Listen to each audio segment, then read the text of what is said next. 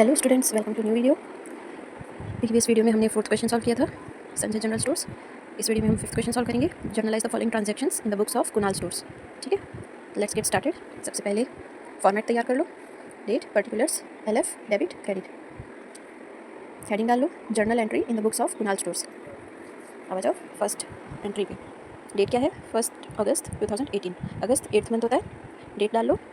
अब क्वेश्चन देखो, purchased goods of ₹90,000 at 10% trade discount and 10% cash discount from Rakesh and 1/3 amount paid by check। अरे नहीं घबराओ मत इस क्वेश्चन को देख के, इसमें कुछ भी हार्ड नहीं है, बस एक छोटा सा वर्किंग नोट बनाना पड़ेगा। अब देखो, परचेज की एंट्री है, परचेस्ड गुड्स ऑफ ₹90,000। अपन ने 90,000 रुपीज़ का गुड्स लिया राकेश से एट 10% ट्रेड डिस्काउंट, तो हमें 90,000 पे 10% ट्रेड डिस्काउंट लगाना होगा। इसके साथ and 10% cash discount from Rakesh and 1/3 amount paid by cheque. तो अब ये जो निकला 10% ट्रेड डिस्काउंट के बाद आएगा, फिर 1/3 अमाउंट जो है टोटल जो हमें पे करना, उसमें से 1/3 अमाउंट हमने चेक से पे किया और 10% कैश डिस्काउंट लगेगा। ठीक है, तो सबसे पहले इसकी वर्किंग नोट्स देख लो। देखो वर्किंग नोट्स कैसे बनाते हैं, पहले हेडिंग दे दो वर्किंग नोट्स, फिर डेट लगा दो। फर्स्ट वर्किंग नोट है अपना और डेट भी फर्स्ट है। अब देखो ट्रेड डिस्काउंट कितना दिया था अपने को, 10% और 90,000। ठीक है, अब 90,000 पे 10% निकाला तो 9,000 आया। तो अब नेट परचेज प्राइस अपना कितना हुआ, मतलब कितने में अपन ने खरीदा। 90,000 में से 9% निकाल दो, कितना बचा 81,000। तो 81,000 रुपीज़ हमने उसको पे करने हैं। ठीक है, ये तो आ गया अपना 10% ट्रेड डिस्काउंट। फिर cash discount 10% and 1/3 payment by check.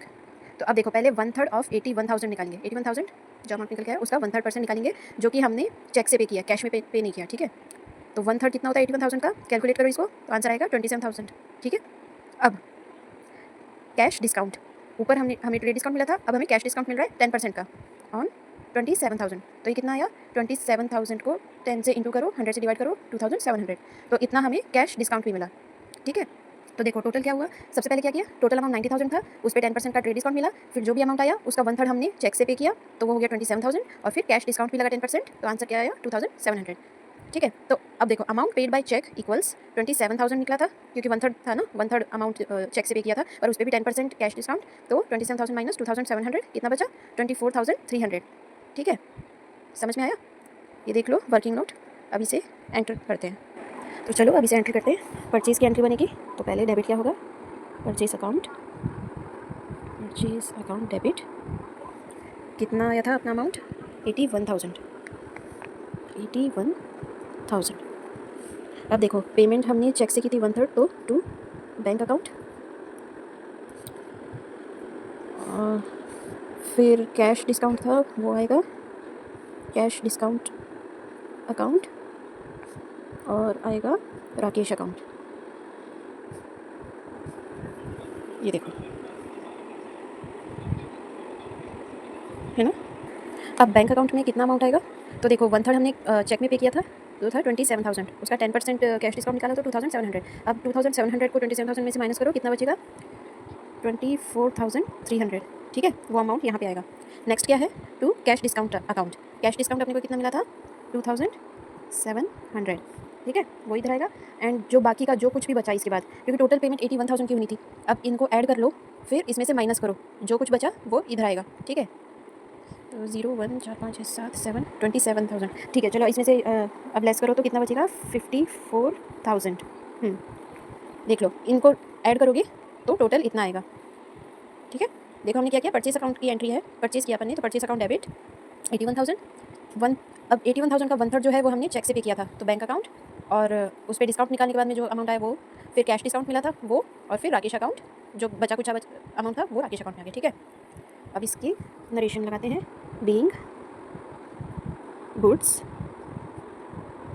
Purchased at 10% trade discount, 10% cash discount, 1/3 amount paid by cheque. इस वाली प्रॉब्लम में ना बहुत कम से कम 3 पेज तो लग ही जाएंगे आई थिंक। देखना स्पेस उस हिसाब से रखो, वर्किंग नोट सबसे लास्ट में आता है। ठीक है, चलो ये होगी अपनी फर्स्ट एंट्री। आगे चलते हैं। नेक्स्ट क्या बोल रहा है, 5 अगस्त को है, open current account in state bank of India by depositing 60,000 rupees. ये तो अब तुम लोग को आ गया होगा आराम से, ये कैसे करना है। सबसे पहले क्या करेंगे, डेट डालेंगे 05/08/18। स्टेट बैंक ऑफ इंडिया में करंट अकाउंट बनाया तो state bank of India account debit होगा और 60,000 डिपॉजिट किए टू कैश अकाउंट। ठीक है, कितना अमाउंट है? 60,000 रुपीज़। दोनों साइड में लिख दो। नरेशन डालो। बीइंग क्या है? Opened current account by depositing amount rupees 60,000। Narration मतलब एक ब्रीफ दे देते हैं कि हमने किया क्या था। तो अब being open current account by depositing amount 60,000 ऐसा भी लिख सकते हैं। ऐसा भी लिख सकते हैं being current account opened in state bank of India, ऐसा भी लिख सकते हैं। जो मर्जी तुम्हें, जो चीज़ उस समय दिमाग में आए वो वैसी नरेशन लगा दो। बस इतना होना चाहिए कि हमने यहाँ पे किया क्या है वो समझ आना चाहिए। ठीक है, अब चलते हैं नेक्स्ट क्वेश्चन पे। तो नेक्स्ट क्वेश्चन 8 अगस्त का है। Cash purchases rupees 85,000। ये तो सिंपल एंट्री है। सबसे पहले डेट डाल लेते हैं 080818। परचेज़ की एंट्री है तो purchase account debit to cash account. Cash purchase किया है 85,000 का। 85,000। नरेशन क्या लिखोगे? Being cash purchases. बस इतना सा नरेशन हो गया। ठीक है, कोई प्रॉब्लम? चलो फिर आगे चलते हैं। नेक्स्ट है 10th question. Goods sold on मतलब 10th डेट है। क्या बोल रहा है? Goods sold on credit to Tushar. Sales की एंट्री है ₹20,000 एट 10% ट्रेड डिस्काउंट। इसमें भी एक वर्किंग नोट बनेगा। चलो पहले वर्किंग नोट बना लेते हैं। तो देखो 10% ट्रेड डिस्काउंट ऑन ₹20,000। ये तो एकदम सिंपल सा है। 20,000 का 10% निकाल लो, 2,000 आ गया। तो अब net price of goods sold to Tushar कितना होगा? 20,000 में से 2,000 माइनस कर दो, कितना बचा? 18,000। बस यही दिखाना है अपने को वर्किंग नोट में, और कुछ नहीं। बस 10% का डिस्काउंट ₹20,000 पे, और फिर कितना अमाउंट आता है फाइनल? ₹18,000। बस यही दिखाना है और कुछ नहीं। चलो एंटर करते हैं। तो चलो पहले डेट लगा लो, फिर लिखो। ये सेल्स की एंट्री है तो सेल्स अकाउंट क्रेडिट होगा। किसे बेच रहे हैं? तुषार को। तो Tushar account debit to sales account. अब यहाँ पे प्राइस कितना लिखेंगे? 20,000 नहीं, 18,000। डिस्काउंट निकालने के बाद जो नेट प्राइस फाइनल प्राइस आया वो यहाँ पे एंटर करेंगे। सॉरी, कॉमा यहाँ नहीं आएगा, यहाँ आएगा। 18,000 रुपीज़। ठीक है, ये गलत है, यहाँ पे कुछ भी नहीं है। 18,000 तुषार टू सेल्स। बट ये सेल्स हमने क्रेडिट पे की थी, तो अब नरेशन में सारी चीज़ डिस्क्लोज करेंगे। Being goods sold on credit at 10% trade discount. ठीक है, अब नरेशन के कारण पता चल जाएगा कि ये 10% डिस्काउंट लगने के बाद का अमाउंट है। हमने जो कुछ भी अमाउंट सेल किया है वो 10% डिस्काउंट लगाने के बाद में लिया है। ठीक है, अब नेक्स्ट क्वेश्चन 12th अगस्त का है। Paid salary ₹4,000। ये तो ईजी है। कितना डेट था? 12th। पहले डेट लगा लो, 12/8/18। अब हम क्या कर रहे हैं? इसमें सैलरी पे कर रहे हैं, अपना एक्सपेंस हो रहा है तो salary account debit to cash account. कितना? ₹4,000। ₹4,000। Salary account debit to cash account ₹4,000। Narration बताओ। पेड। शाबाश, बीइंग सैलरी पेड। चलो ये भी हो गया। अब मेरा तो देखो भाई पेज भर गया, नेक्स्ट पेज पे जाना पड़ेगा। नेक्स्ट क्वेश्चन क्या बोल रहा है? Tushar return goods of ₹250। तो अब देखो 10th को तो तुषार ने खरीदा था अपने से। अब 16th को वो हमें कुछ अमाउंट का जो भी गुड्स है, ₹250 वर्थ का जो गुड्स है वो हमें वापस रिटर्न कर रहा है। तो देखो ये सेल्स रिटर्न की एंट्री है। डेट लगा लो पहले, 16 अगस्त 18। तो अब सेल्स रिटर्न की एंट्री, तो आप दिमाग लगाओ क्या डेबिट होगा क्या क्रेडिट होगा। सेल्स की एंट्री बनाते हैं तो सेल्स अकाउंट क्या होता है? क्रेडिट होता है, क्योंकि गुड्स अपने पास से जा रहे होते हैं। यहाँ पे क्या हो रहा है? सेल्स रिटर्न, मतलब गुड्स अपने पास वापस आ रहे हैं, तो अपोजिट होगा। तो देखो sales return account debit to Tushar account. Sales return account debit to Tushar account. ठीक है, तुषार दे रहा है, तुषार गिवर है तो तुषार अकाउंट। ठीक है, अब नेक्स्ट कितने रुपीज़ का? 250 का। तो यहाँ पे 250 रुपीज़ लिख लो, डेबिट साइड भी क्रेडिट साइड भी। ठीक है, अब नरेशन क्या आएगा? क्वेश्चन में क्या दे रखा है? Tushar return goods. तो नरेशन क्या बना दोगे? बीइंग सेल्स रिटर्न, बस सेल्स रिटर्न है, बता दिया, सेल्स रिटर्न हो गया। चलो नेक्स्ट एंट्री है 17 को, goods taken by Kunal for his private use ₹2000। चलो डेट लगा लो, 17/8/18। तो अब कुणाल की बुक्स में तो हम एंट्री कर रहे हैं, मतलब कुणाल तो प्रोप्राइटर है। तो अब उसने क्या किया, बिजनेस में से खुद के पर्सनल यूज़ के लिए उसने 2000 रुपीज़ ले लिए, रुपीज़ नहीं गुड्स ले लिए 2000 रुपीज़ के, ठीक है। तो अब खुद के यूज़ के लिए जब प्रोप्राइटर है, जो ओनर है, वो अगर बिजनेस में से कुछ ले लेता है तो उसको क्या बोलते हैं, ड्राइंग्स, है ना। तो कुणाल ने क्या किया, ड्राइंग्स की। तो अब चलो इसका अकाउंट कैसे बनेगा, drawings account debit to goods withdrawn by proprietor account. कितने रुपीज़ का, 2000 का, 2000 देखो, drawings account debit to goods withdrawn by proprietor account, कितना, 2000 रुपीज़ का, ठीक है। अब नरेशन क्या लिखेंगे, बीइंग, अब देखो दो तरह से इसकी नरेशन लगा सकते हैं, एक ऐसे लिख सकते हैं being goods withdrawn by proprietor for his personal use, या फिर ऐसा भी लिख सकते हो goods withdrawn by Kunal for his personal use या प्राइवेट यूज़, जो तुमको उस टाइम पे दिमाग में आए वैसा लिख दो, एक ही बात है। Being goods withdrawn by Kunal for his personal use, ठीक है। देखो, drawings account debit to goods withdrawn by proprietor account, being goods withdrawn by Kunal for his personal use, 2000 rupees. अब चलो नेक्स्ट एंट्री पे, नेक्स्ट एंट्री कब की है, 20 अगस्त की। Purchased laptop of ₹40,000 from Joshi electronics at 18% GST and paid by cheque. Previous question में भी किया था, उससे पहले भी GST का किया था, तो अब ये तुम्हें आना चाहिए, है ना। इसका वर्किंग नोट बनेगा, तो चलो वर्किंग नोट देखते पहले। परचेज की एंट्री है, वर्किंग नोट बना लेते हैं।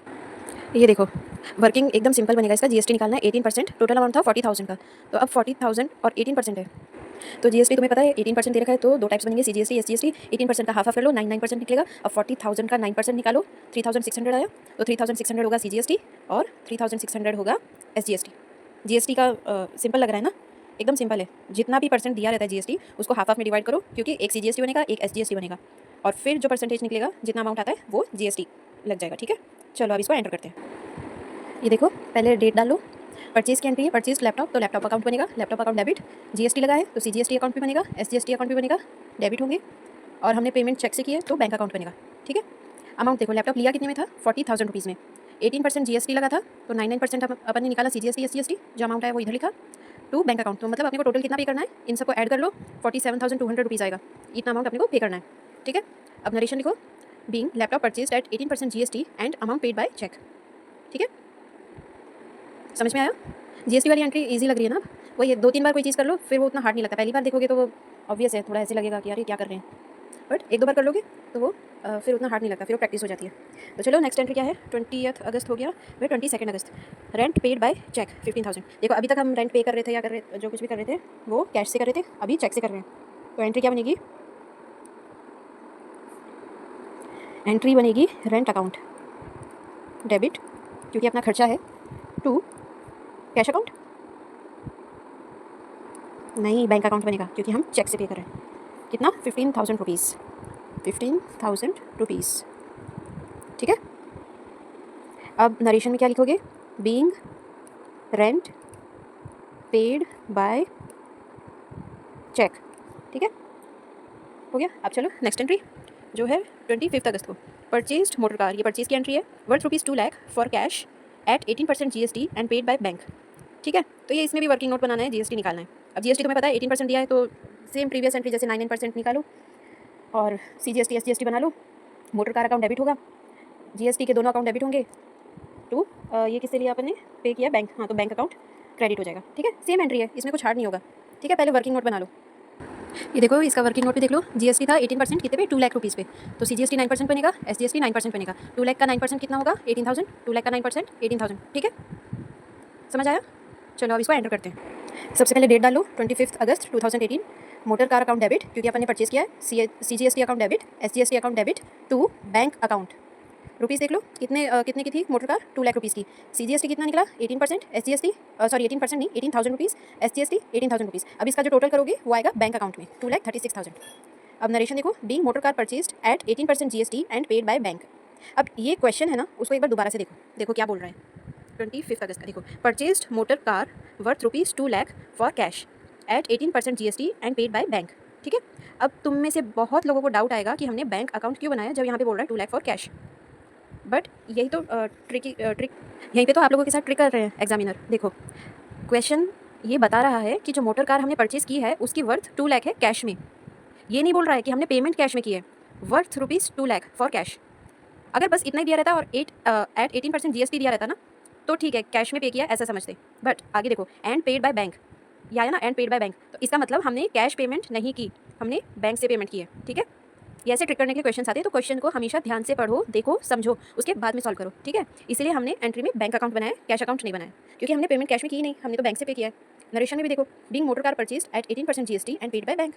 समझ आया? तो ऐसे कोई भी क्वेश्चन आए कंफ्यूज मत होना। ठीक है, चलो अब नेक्स्ट क्वेश्चन पे चलते हैं। मेरा सेकंड पेज भी भर गया, अब मेरा थर्ड पेज चालू होने वाला है। देखो नेक्स्ट क्वेश्चन क्या बोल रहा है, goods distributed as free sample rupees 4,000। ये एंट्री हमने पहले भी की थी, तुम लोग को आनी चाहिए, है ना। तो अब goods distributed as free sample मतलब एडवर्टाइजमेंट कर रहे हैं, तो कौन सा अकाउंट डेबिट होगा? करेक्ट, एडवर्टाइजमेंट अकाउंट डेबिट होगा।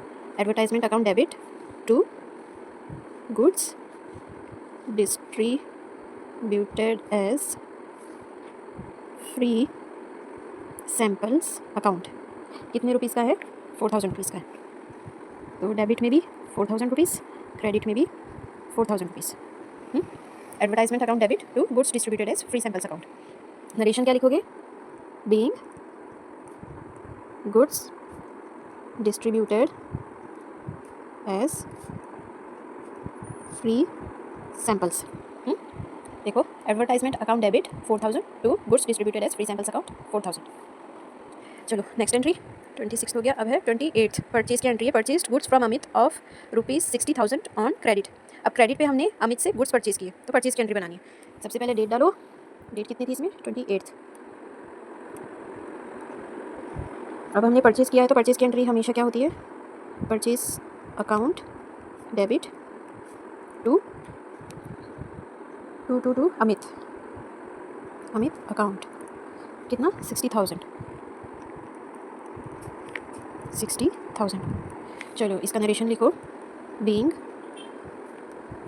Goods purchased on credit. Purchase account debit to Amit account 60,000 rupees. Narration है, being goods purchased on credit. ठीक है, क्रेडिट पे अपन ने अमित से 60,000 रुपीज़ के गुड्स खरीदे। नेक्स्ट एंट्री देखो, 30 अगस्त की है। Paid by ECS cash to Amit rupees 58,500 who allowed us discount rupees 1,500। ये देखो, ये प्रीवियस एंट्री थी जो हमने परचेज़ किया था 28 को अमित से, क्रेडिट पे लिया था ना, मतलब उधार पे लिया था। अब हम 38 को उसको पे कर रहे वापस। तो देखो कितना 58,500 अपन ने उसको पे किया और उसने अपने को 1,500 का डिस्काउंट अलाउ किया। ठीक है, तो अपना फ़ायदा हुआ। तो अब चलो इसकी एंट्री देखो कैसे करनी है। सबसे पहले तो डेट डालो, डेट कितनी है? 30।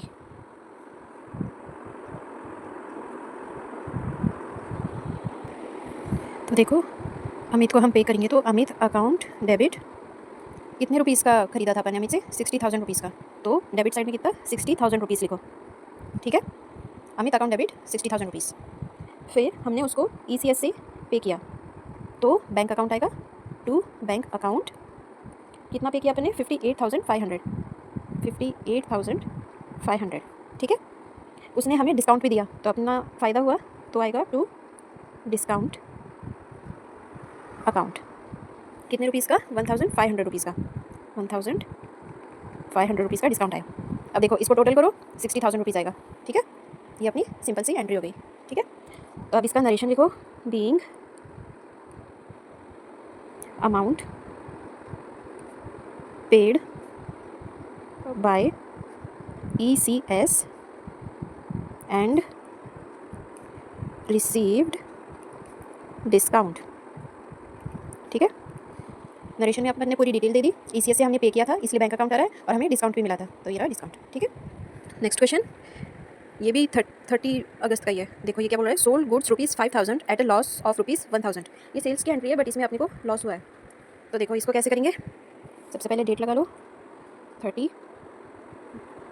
अगस्त। तो अब सेल्स की एंट्री मतलब सेल्स तो हमेशा क्रेडिट ही होता है, पर इसमें हमें लॉस भी हुआ है। तो देखो कैसे करेंगे इसको। क्वेश्चन में बोल रहा है 5000 का अपन ने गुड्स सोल्ड किया था, पर उस पर 1000 का हमें लॉस हुआ है, तो लॉस की एंट्री भी दिखानी पड़ेगी। तो देखो सबसे पहले क्या बनाएंगे, फिर कैश अकाउंट बनाएंगे, कैश अकाउंट डेबिट, फिर बनेगा loss on sale of goods account, ये भी होगा डेबिट टू सेल्स अकाउंट। अब देखो सेल्स टोटल कितने की थी अपन ने, 5000 रुपीज़ की, है ना।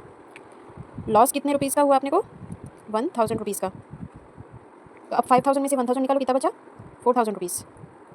अब देखो cash account debit 4000, loss on sale of goods account debit 1000 to sales account 5000, है ना। ईजी है, कोई प्रॉब्लम नहीं।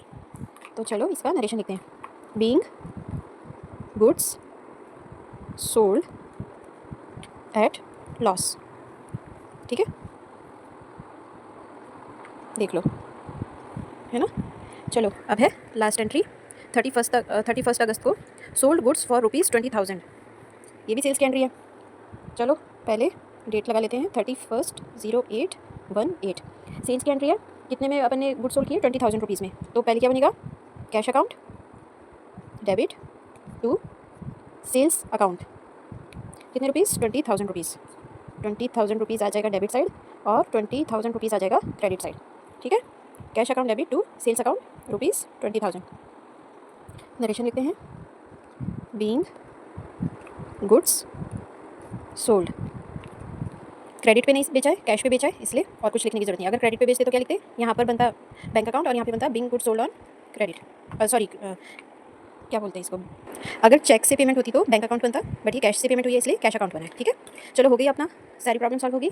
अब इसकी टोटलिंग करनी है, और तुम लोग को पता है टोटलिंग कैसे करनी है, फटाफट से टोटलिंग करके मुझे फाइनल अमाउंट बताओ। चलो चलो ऐड करना स्टार्ट कर दो, 81,000 प्लस 60,000 प्लस 85,000 प्लस 18,000 प्लस कितना 4,000 plus 250 plus 2,000 plus 40,000 plus 3,600 plus 3,600 plus 15,000 plus 2 lakh plus किधर गया, हाँ 18,000 प्लस 18,000 प्लस 4,000 प्लस 60,000 प्लस एक और बार 60,000 प्लस 4,000 प्लस 1,000 प्लस 20,000, कितना आ रहा है टोटल तुम लोगों का,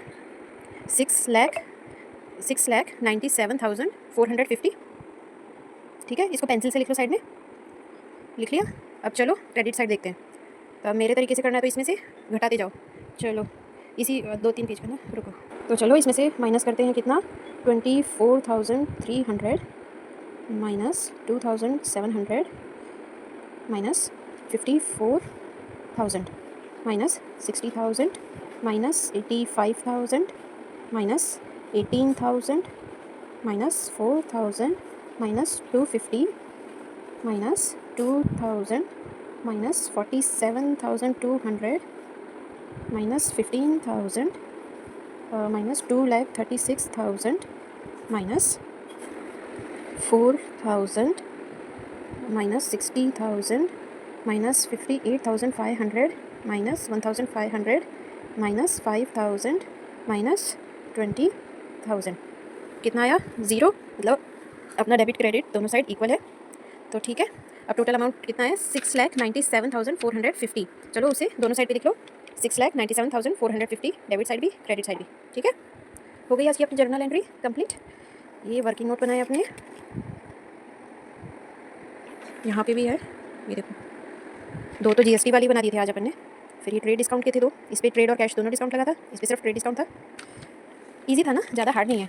अब देखो तुम लोग कंपेयर करके देखो, जो स्टार्टिंग की जो एंट्रीज़ की थी वो कितना एक पेज पे पूरी हो रही थी, नहीं तो दूसरे सेकंड पेज पे जाओ तो बस एक या यहाँ तक इतना लेगा स्पेस, है ना। इस एंट्री में देखो कितने पेज लगे, तुम्हारे कितने लगे मुझे बताना। मेरे तो 3 पेज लगे, एक ये लगा, एक ये लगा, और फिर ये भी लगा, ये भी पूरा भर गया, बस इतना सा बचा है। और वर्किंग नोट्स में भी ये एक पेज तो पूरा गया, और फिर इतना सा ये भी चला गया, है ना, बहुत बड़ा हुआ ना। बट अब तुम लोग को क्या करना है, तुम लोग को थोड़ा फास्ट लिखने की प्रैक्टिस करनी पड़ेगी, क्योंकि ये तो सिर्फ एक क्वेश्चन है और एग्ज़ाम में कितने क्वेश्चन आएंगे सोच लो आप।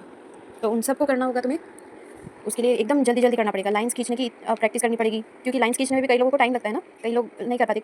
इसके लिए देखो, लॉन्ग स्केल है ना, वो रखो। बस एक बार स्केल रखा, एडजस्ट किया, एक लाइन मार दी, बस फटाफट हो जाता है। छोटी वाली अगर स्केल लोगे ना तो प्रॉब्लम होगी। आधी लाइन खींची, फिर आधी लाइन खींची, फिर वो क्या पता टेढ़ी मेढ़ी होगी, तो फिर रब करो, फिर से खींचो, तो उसमें ज़्यादा प्रॉब्लम होती है। इसलिए तुम्हारे टीचर्स भी आई थिंक तुमको रेकमेंड करेंगे कि लॉन्ग स्केल लेके आओ। और जो तुम्हारा बेस है, जो 3 गोल्डन रूल्स है ना, बस उनको याद रख लो। उन्हीं में सब कुछ है। पर्सनल अकाउंट, रियल अकाउंट और नॉमिनल अकाउंट, इनमें जो भी रूल्स दे रखे हैं ना, उन्हें याद रख लो। उनके अंदर क्या क्या चीज़ें आती है, पर्सनल अकाउंट में कौन से अकाउंट आते हैं, रियल में क्या क्या आता है और नॉमिनल में क्या क्या आता है, वो चीज़ याद रख लो। तीनों रूल्स याद रख लो। Debit the receiver, credit the giver, debit what comes in, credit what goes out, debit all the expenses and losses, credit all the incomes and gains. बस ये बेस है। ये अगर तुमको याद हो गया, और तो देखो फिर कितनी भी बड़ी प्रॉब्लम आओ तुम आसानी से सॉल्व कर लोगे। बिल्कुल टाइम लगेगा, क्वेश्चन देखते ही तुम्हारे दिमाग में वो एंट्री बनने लग जाएगी।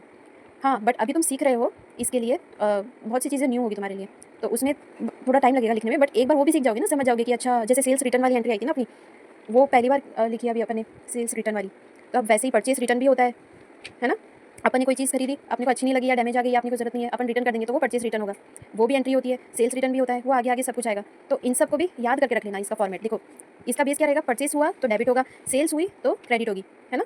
तो वैसे ही सब याद करके रख लो। और ये बेस अभी बेसिक है। जैसे इंग्लिश में अपन ABCD सीखते हैं तभी तो सेंटेंस बना पाते हैं, वैसे ही इसमें ये रूल्स सीख लो। ये इसकी ABCD है, और ये जर्नल बनाना आ गया ना, फिर आगे लेजर वगैरह में उसमें कोई तुम लोग को उतनी प्रॉब्लम नहीं होगी। और बाकी एक्सप्लेन करने के लिए, हेल्प करने के लिए मैं हुई। तो ठीक है, अपना ध्यान रखना। अब नेक्स्ट वीडियो में मिलेंगे, नेक्स्ट प्रॉब्लम सॉल्व करेंगे। तब तक के लिए बाय बाय, टेक केयर।